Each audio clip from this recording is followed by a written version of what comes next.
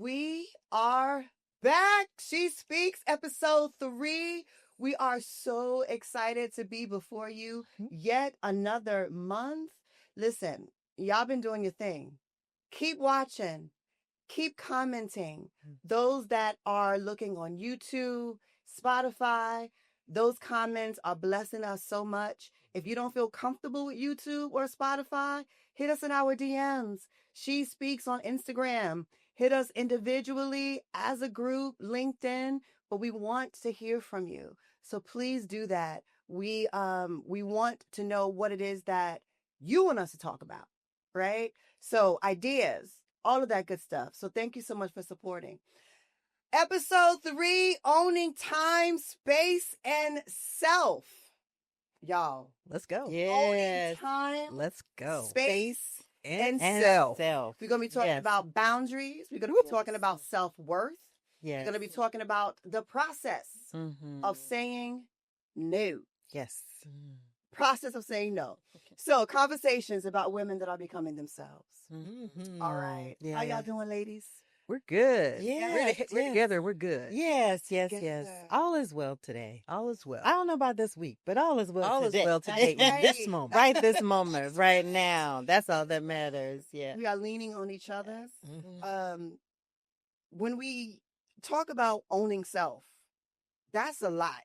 The process of owning is a lot. So let's go ahead and get started. Actually, let's do a recap, y'all. Let's talk about how we got to the topic of owning our own time and space.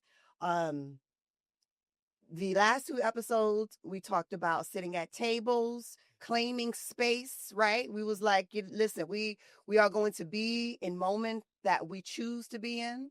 So now we have to own the decisions that we have made. Yeah. So now that we are owning those decisions, how do we do that? How do we do that? So first question, y'all tell me who want to go first. Don't you? Okay. I'm not even going to look at you. All right. Why is it important to own your time, your space, and yourself? My beautiful co-host, Miss Angela, Miss Ravella. Yes, I'm Shantae. Who wants to take this one? All right. All right. All right. When you ask the question about time is the one thing you can't get back. That's right. It is a expiring resource. We all have an appointed time on this earth. So when you think about owning your own space, and we've always approached things from an intergenerational perspective. And I think one of our earlier podcasts, I mentioned, I have just turned 60, and the realization of having less time in front of me than behind me makes everything I do and valuing time that much more important. So when we talk about owning my space, when I talk about owning my space, every decision I make has a limited time space. So I want it to be intentional, and I don't want to waste it. Yeah. So that's why I think today's topic is super important about capturing that so you don't lose it. Yes. I like it. Yeah. I like it. Yeah. The importance of owning your time, your space, and yourself. Yeah. This is a time of living in accuracy and making sure that the things that we have learned, so we talk about intergenerational. I'm in my 50s. And so the things that I've learned, taking those lessons and utilizing them to the best of my ability. So I think about me being in my 50s, being in my mid 50s. Let's just assume that I have 30 more years of life. I pray I have many more than that, but 30 more years of life, right? So that's 30 more Christmas, 30 more Thanksgivings, 30 more summers, however many more vacations. If I go on vacation once a year, that's 30 more vacations. If it's twice a year, that's 60. And when you start quantifying it in that way, you realize it's not as much time as you think it is. And then when you really consider all the places and the things you want to do, if I want to be honest and truthful with myself, there are places that I probably will not ever go again. Mm-hmm. But yet there are places that I will go that I've never been. Mm-hmm. And so when I think about my time and my space, time is finite.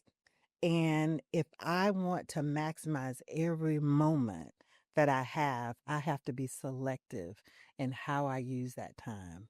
That's And right. so I want to die empty. Mm. I want to die empty. Mm. I want to have That's sort of the snap. traveled all the places, done all the things that I can Yeah. Mm-hmm. be able to do. So when I think about that, Mm. sometimes I think, wow, I'm like running out of time. So I want to make sure that how I use my time is the best that I can use it. Mm-hmm. Listen here. Listen here. Dying empty. If that's not a word, when I say that hit the very core of who I am, I mean it hit the very core of who I am.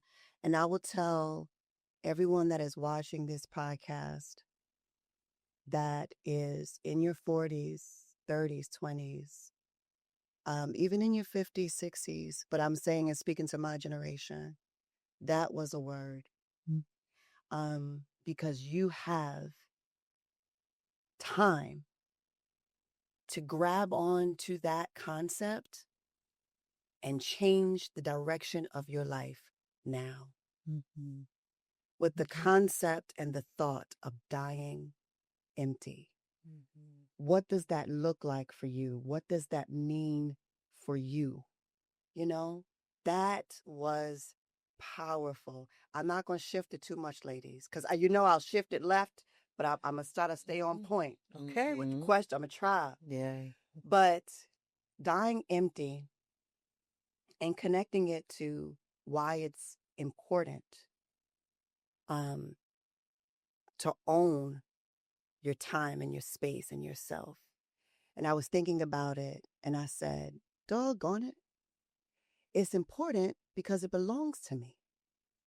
Simply put, it belongs to me, right? Right. And with that, I had to reflect on who now have I given permission to own some of it? Mm-hmm.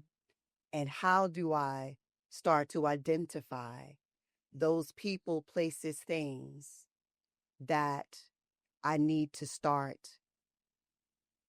taking it back, right? It's like you didn't rented it too long, Mm-hmm. right? I'm going ahead. I'm taking my lease Mm-hmm. back. Mm-hmm. I want the whole house Mm-hmm. again. Mm-hmm. Yes. So it's important because it belongs to you. It Mm-hmm. and we oftentimes forget that because so many people or things um, we have allowed to take Mm-hmm. a part of us Mm-hmm.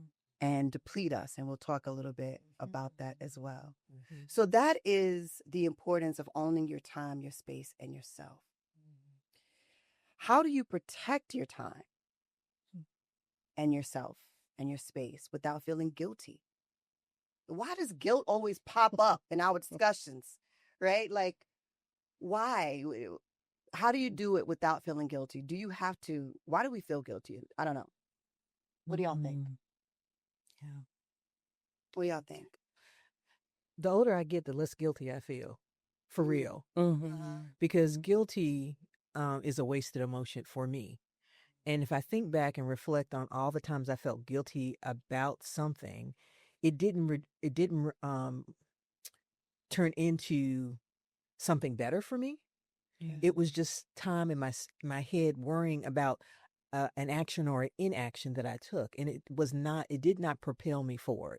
So when you think about time and protecting yourself, because it's finite and it is yours, there's no time for guilt.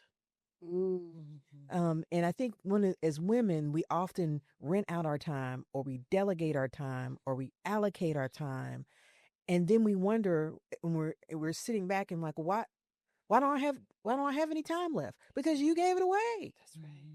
So if you are owning your space and your power in this world, know that your time is yours to do with as you will. And I think what happens for us when we're raising children, when we are running organizations, whether we've got clients, we have all these demands, we confuse, we allow sometimes over responsibility Mm-hmm. to re-obligate and take away our time. And I would argue that responsibility and time can run parallel, right? And not take away from. And so when we start to talk more about boundaries and how we can actively protect your time, That part. that's a conversation that I know we'll have in this podcast, but it's yours. Yeah. Yep. Absolutely. Period. Yeah. I totally agree. Like our time is ours, and when we begin to think about that it belongs to someone else, we're no longer owning it. That's right. So we have to own that and take accountability and responsibility for that time. Even the moments in which we say, "I have no time."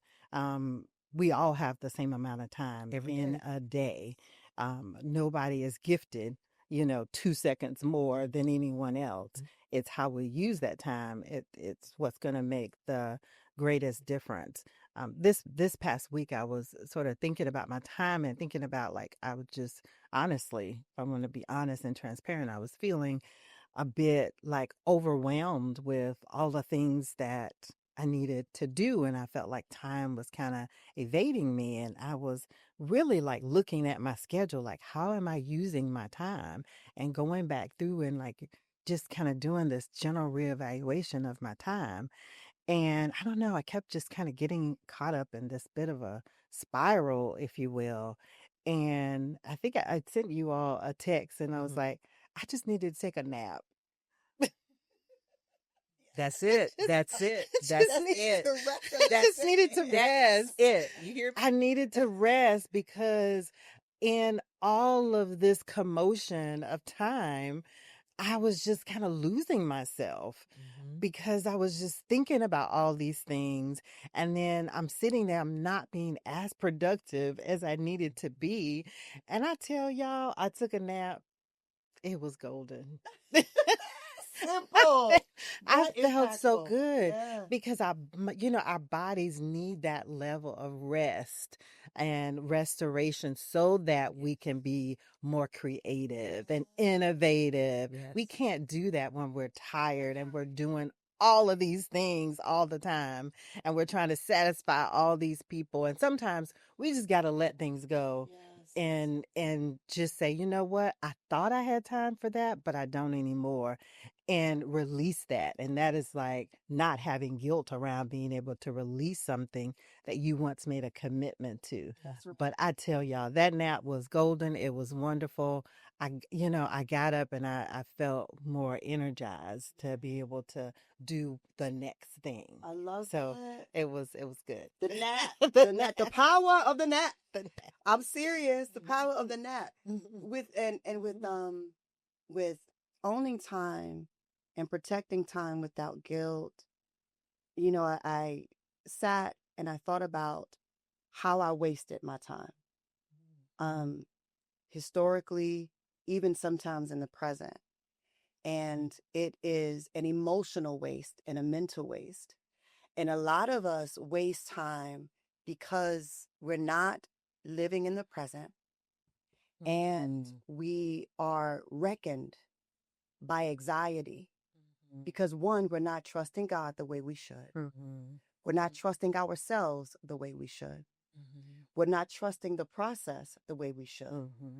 We're looking at others and they're forcing us to move faster than God wants us to move because of what they're doing. I take that back. They're not forcing us. We're trying to compare ourselves to how the world is moving. I think social media is so dangerous to so many because you see a falsehood of what others may be doing and how they're moving and how it appears that they're progressing. And we move and we try to put unnecessary things in our way when it's not your time. And that causes so much anxiety, so much push, so much, I'm not doing enough, I'm not doing enough. When you're doing just enough, you're doing exactly what you're supposed to do. Anxiety will cause you to not just own your time, but deplete your mental energy to do the things that you're supposed to do and then really live in peace. I don't want to own nothing if I ain't peaceful there. I don't want to live in a space where there is no peace. You know, so how can you own your time, but own it in peace? You know? So these are some thoughts. These are thoughts.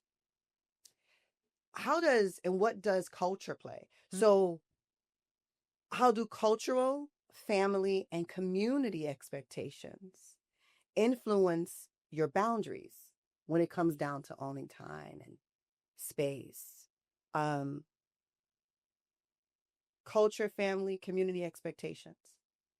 Child, I mean, that's a whole like multi-level, multiverse question. But as an African American woman who is the firstborn daughter, and y'all know where I'm going with this, there are expectations that you are supposed to lead. You are supposed to put yourself last for the benefit of others. You're supposed to help raise your younger siblings if you have them. You're supposed to carry the family forward. You're supposed to and then depending on your family situation, you may be placed in a scenario where you are the person that is the one that's assigned to move the family forward, right?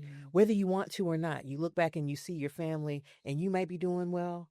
You want your whole family to do well, right? So that impacts your time. That's a key component about how your boundaries start and how you change them. And I would say over the last probably 10 years, I have gotten really comfortable and fall in love with the word no. Let me say it again for you. No. And you all have heard me say no is a complete sentence. And I often, when I say no, when people hear me say no, because I say it so often, but I say it intentionally, that they think it was easy for me to say no. No, it took practice. It took practice. And so just like a nap, no interrupts the process. It sets a boundary. It tells your body and your mind that, no, this is not for me. And it might tell you it's not for me right now. But it sets a boundary for yourself and it sets a boundary for others so that you have that time and you can maximize that time in the most effective way. Absolutely. That right there is powerful. I want to piggyback on that with Ravello, but as we're talking about this and the power of no, do we have to sometimes love ourselves enough to say no? Oh, yes. Right? Because as you was talking and it was so powerful what you said, it's like people think saying no is easy and it takes practice. That process of saying no to those that you love, those that you care about, you have to get to a place. And I'm thinking about it as Angela was talking. I'm like, how, and what was that process like for me when I started to say no? I had to choose me. That's right. I had to choose me. I had to start loving myself enough. And it doesn't mean that I didn't love those that I had to say no to. It did not mean that, but I had to choose me in order to say no. And that is a process. What are your thoughts about? Oh, I got a couple different thoughts around the saying no.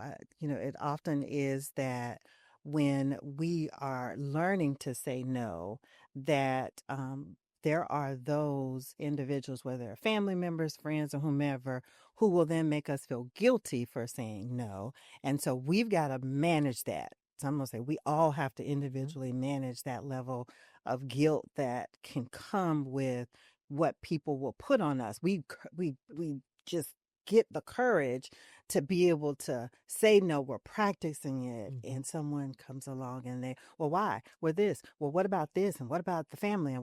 And and we've got to build ourselves up to be able to withstand that, as well. I was also thinking about the question around, like family and boundaries and things such as that. I'm the middle child of five.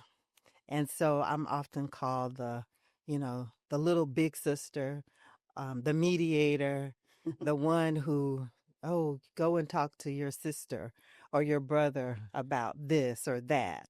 Um, as I mentioned earlier, I'm in my mid 50s. So when I say I'm the middle child, I have, brother and sister who are edging 60 and sisters who are, in their 40s, early 50s. And so will not dictate what people will do with their lives or not. Even if a parental figure says, oh, you need to tell them to, to do whatever. So for me, that's like also standing up and saying no to people who are older than me who are directing those things. And that takes a lot. But I have begun to perfect that and saying no, like I don't have the energy. I don't have the time. I don't have the energy for that. And so my answer is going to be no. And I say it with a smile. No. Simply. I'm not going to do it. Yeah. Yeah. I'm not the one. Yep. And it just is what it is, and it has to be okay because I've got to consider me and how I'm spending my energy and my time and all of those other things, and that's not how I want to do that. That's right. So, That's right. I have a couple mhm, questions for the audience, and I want y'all to talk back to me. Now, I was looking at this as it relates to boundaries. I want you to ask yourself in reflection, do you have any boundaries? Period. And then also, do you have too many boundaries? Let me tell y'all what that means. I have recognized, and as a therapist, Marivella, you could potentially hear me when I say this. I think sometimes because of trauma, people set so many boundaries to where it becomes unhealthy because they disconnect themselves with the world. And I find that a lot with Black women. And I think it was a couple of episodes before where we talked about the importance of trusting one another as far as community. Have you ever been hurt so much by people to where you say no and you cut people off, you don't even answer your phone, and then a couple months later you realize I ain't got nobody to talk to because I didn't cut everybody off. Right? So it's a part of protecting your space. Is like, do you have too many boundaries to where you're isolated and now you're feeling empty and you're trying to figure out why? So with boundaries, who deserve to be in your space versus not in your space? Set boundaries with those that deserve it and honor those that might be telling you something you don't want to hear, but it's good for you. But because you don't want to hear it, you cut them off when they're telling you the truth. Does that make sense? You know? Yeah, as you were saying that, I was thinking about those of us who may go too far and set too many boundaries. Oftentimes, it's because we don't want to deal with a conflict. It's an act of avoidance. There you go. Because we don't want to deal with it. So I'm just going to cut you off. Yes. And that never solves the problem. Like that does allow us to dig deeper into our own sort of dysfunction or unhealthiness. So I agree, we do have to manage that part better and know that there are those healthy boundaries, and then there's this way we might operate that is really avoidance. That's right. Yeah. That's right. And I say that because I just see it, and I'm seeing it more and more where even practitioners and therapists are, and it's hard out here to be a therapist right now. There's so much going on in the world, and you're trying to help individuals navigate difficult moments in their life, sometimes while managing your own difficult moments in your life. Yeah. But because of trauma and realizations that somebody could say, you know what, all of y'all done had a part in my dysfunction. Like every last one of everybody in my family that had a part. So guess what? Every last one of y'all, I'm cutting you off. You, everybody.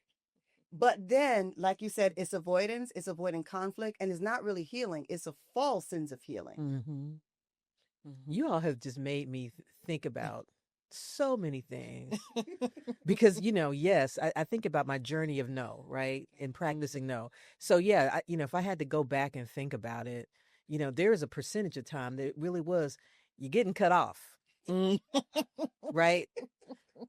But there's also a part where I'm learning to reframe my no as a boundary, and it's a loving no.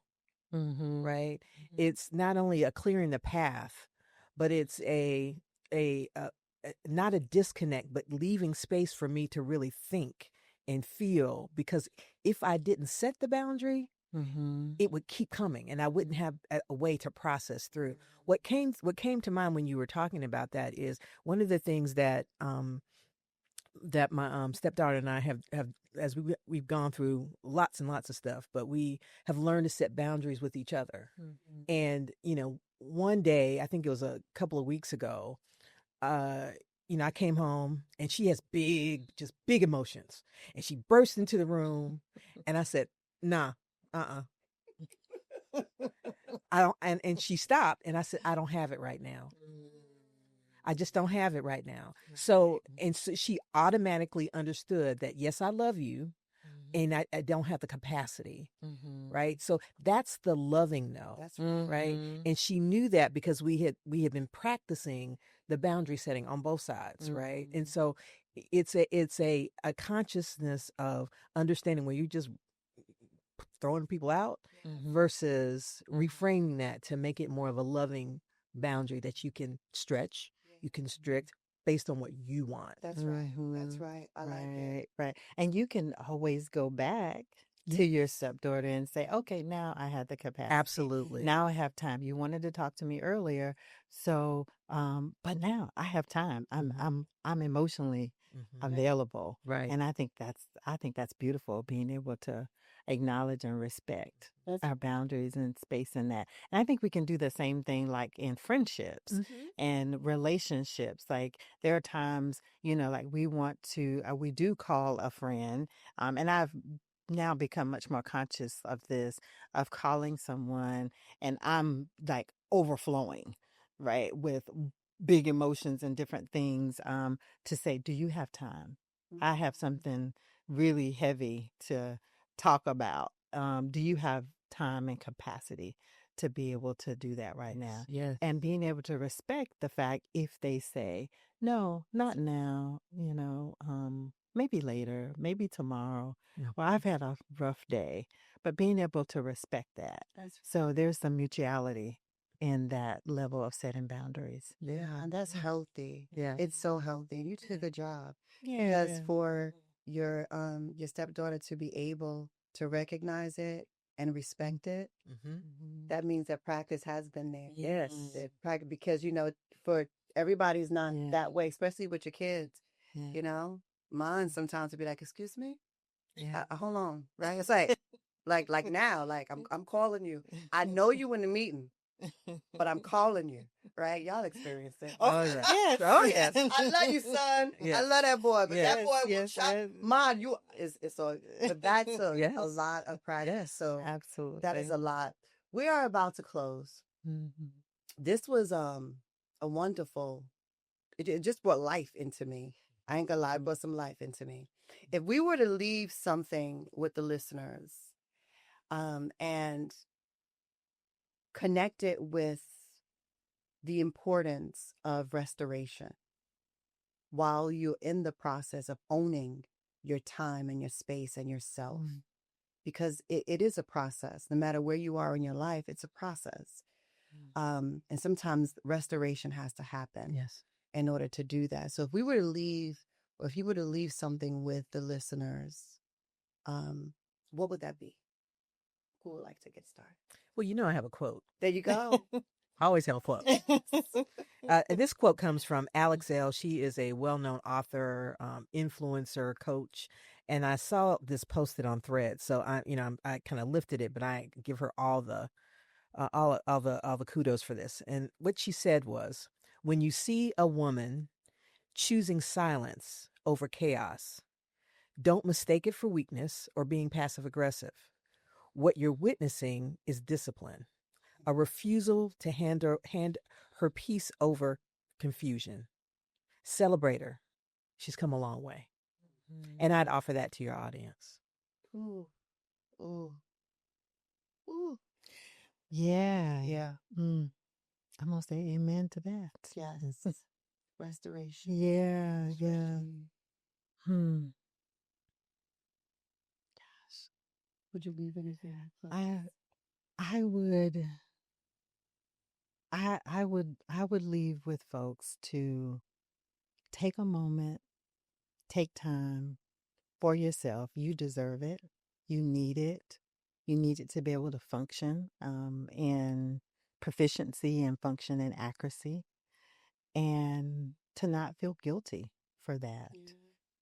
And as you grow, as we all grow and as we mature, that I'm not going to say it becomes easier, but you become much more self-assured of the act of setting appropriate, healthy boundaries. Yeah. I like it. I like it. If I was to leave anything with the listeners as it relates to restoration and the process of restoration, is being able to identify what exactly need to be restored. Is it your mind? Is it your spirit? Is it your soul? Is it your environment? Is it your space? Right? We are a whole person, but we have different elements to who we are. Your spirit might be great, but your mind is not. You know, where is it you need to be restored? Follow a process. It is not something that has to take place overnight. Restoration is a process. Take your time, identify where, and then move in that direction. Everything else will fall into place. Perfect. Yes. Everything else will fall into place. So, y'all, episode 3 is done. We doing this. We are doing this. I feel so great. I feel wonderful. Yes, y'all, we are. please be sure to follow, be sure to subscribe, be sure to share, and be sure to comment. We want to hear from you. We really value your thoughts, where you're coming from. And we want to be able to give you ideas based off of what you want us to talk about. So please follow, share, subscribe, comment. Catch us next month. We are going to be talking about radical joy. Y'all don't want to miss that. What exactly is radical joy? Right? Have you ever felt joyful? We're going to talk about it. So, episode 3, She Speaks. It's a wrap. It's a wrap. Bye, y'all. Until next time. Bye, y'all.